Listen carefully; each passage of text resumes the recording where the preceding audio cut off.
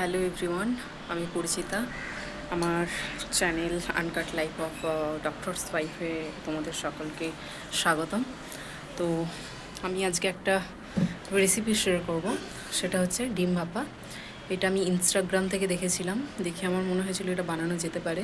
নতুন রকম ডিমের ঝোল, ডিমের ঝাল, সয়াবিন আলু ডিমের তরকারি, পটল আলু ডিমের তরকারি তো আমরা অনেকে খেয়েছি, but this is something different. তো আমি বানিয়েছিলাম, প্রথম দিন দুর্দান্ত হয়েছিল। এরপরেও আমি একবার বানিয়েছিলাম, সেদিন আমি ভাবলাম হয়ে যাওয়ার পর যে ক্যাপচার করতে থাকি, এটা শেয়ার করব। অ্যাকচুয়ালি ডিম সেদ্ধ করার পরই এটা ভেবেছিলাম, বাট তারপর বাচ্চা আছে যেহেতু আর সেটা কন্টিনিউ করা হয়নি। তো আজকে আবার আমি বানাচ্ছি, তো ভাবলাম শেয়ার করে রাখি, কারণ মানে এটা শেয়ার করার থেকে হাস্যকর ব্যাপার হচ্ছে আমি নিজেই বানাই, নিজেই ভুলে যাই। তো আমার নিজের জন্য এটা বেটার কি আমি এটা আমার কাছে যত্নে রেখে দিই। এরকম অনেক রেসিপি আছে, যেমন কাতলা মাছের মহারানি আমি যখন বানিয়েছিলাম ইউটিউব দেখেই বানিয়েছিলাম, অবভিয়াসলি খুব সুন্দর হয়েছিল। তারপর যতবার বানাতে গেছি ভুলে গেছি কী দিয়েছিলাম, কোনটার পর কোনটা ছিল। আমি আবার নিজেরটাতেই ফিরে গেছিলাম, কারণ যখন তুমি ইউটিউবে ঘাঁটবে এক্স্যাক্টলি তুমি যার দেখে বানিয়েছিলে সেটাই তুমি খুঁজে পাবে, এরকম সবসময় হয় না। পুরে মানুষদের ক্ষেত্রে তো আরোই বেশি কষ্ট হয়, কারণ আবার খুঁজো, আবার ওই টাইমটা থাকে না। অন্য তোমরা একবার বানিয়ে দেখো, মুখের টেস্ট পুরো চেঞ্জ করে দেয়। একঘেয়েমি ডিম খেতে খেতে খেতে খেতে যারা বোর হয়ে গেছো, আর যারা পছন্দ করে তারা একঘেয়েমি খেতেই পছন্দ করবে হয়তো। যারা নাহলে জানি না, মানে ডিম সেদ্ধ মানুষেরা তো কী করে ভালো লাগতে পারে শুধু লবণ দিয়ে, গোলমরিচ দিয়ে। আমার তো মাঝে মাঝে প্রচণ্ড একঘেয়েমি লাগে ডিম সেদ্ধ খেতে, যেহেতু ডিম আমার খুব পছন্দের নয় বলে এটা হতে পারে। তো যাই হোক, এখানেই আমার ভিডিওটা 2 মিনিটের হয়ে গেল। রেসিপিটা দেখো, বাড়িতে বানিও, কেমন হলো জানিও। Tata, bye. Do like, share, subscribe to my channel uncut life of doctors life. Tata. আমি এখানে 5টা ডিম নিচ্ছি, একটা আমার ছেলেকে খাবো আর আমরা দুটো দুটো করে খাবো। দেখতেই পাচ্ছ ডিমগুলো আমি ভালোভাবে ছাড়িয়ে নিয়েছি। সুসেদ্ধ করতে হবে, হাফ বয়েল ডিম নিলে কিন্তু হবে না।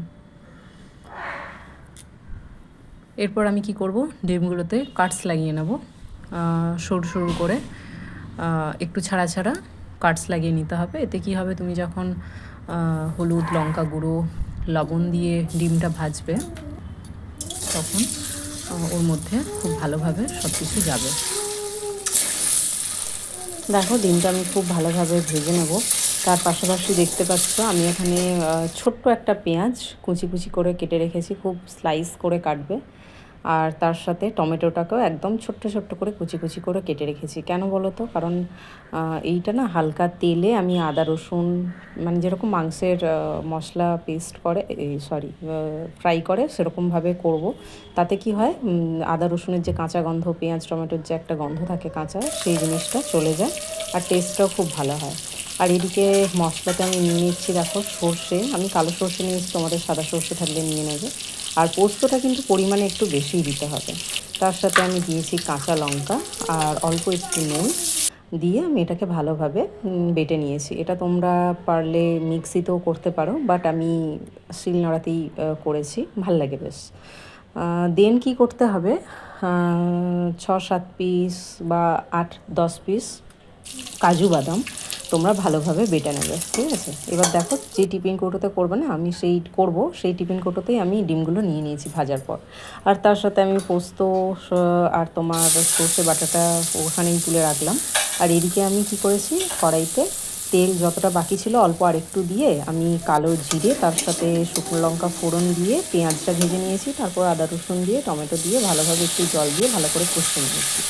আর তার সাথে সাথে আমি একটু কী করেছি, কাজু বাদামটা বেটে নিয়েছি। এরপর কাজু বাদামটা আমি ওতে দিয়ে দিলাম। আর তারপর কী করবো, এই মশলাটা যে ভাজা করেছি এটাও আমি ওতে দিয়ে দেবো। দিয়ে অল্প একটু নুন, একটু পরিমাণ মতো চিনি দিয়ে ভালোভাবে এই পেস্টটা একটু হাত বা চামচে করে তোমাদের মিক্স করে নিতে হবে। এরপর কি করব, আমি কাঁচা লঙ্কা চিড়ে দেব। আর কিছুটা সর্ষের তেল দেবো, দিয়ে আমি ভাপাতে বসিয়ে দেবো। আর যখন ভাপানো হয়ে যাবে ওটা খুলে আমি মুখটা মানে টিফিন বক্সটা খুলে আমি ছোট ছোট করে কেটে রাখা কোরিয়ান্ডার লিভ আমি দিয়ে দেবো। প্রথমে আমি দেবো না, কারণ ধনেপাতা বেশি করলে তার গন্ধটা চলে যায়, তো সেই জন্য আমি শেষে দেবো। খেতে কিন্তু দুর্দান্ত হয়েছিল, তোমরা অবশ্যই একবার বাড়িতে ট্রাই করো। তারপর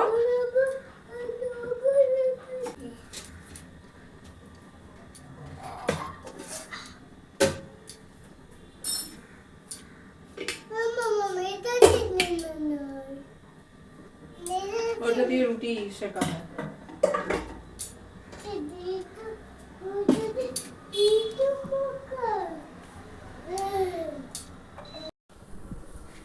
দেখো, this is the final look of ডিম ভাপা।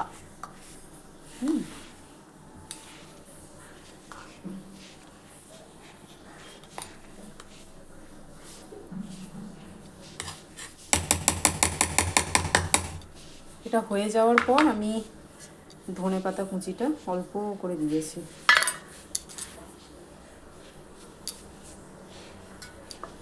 ঠিক আছে, নুন ঝাল ঠিকই আছে, নুন একটু দিলে হয়, বাট দেবো না, কারণ আমার মাঝে মাঝে নুনটা একটু আমি ঠিক বুঝতে পারি না, মানে জিভটা ঠিকঠাক করে সেন্সার করানো। আমার এখন মনে হচ্ছে ঠিকই আছে, বেশি দিলে যদি আবার বেশি হয়ে যায়, বাট একদম বর্ডার লাইনে আছে। কমপ্লিট। তো ছবি তুলতেই হবে, তো কষ্ট করে বানানো, যদিও খুব একটা বেশি কষ্ট হয় না, খুবই ফাঁকিবাজির একটা কাজ এটা, রান্না আর কি, অত কষ্ট হয় না, মিথ্যে কথা বলে লাভ নেই।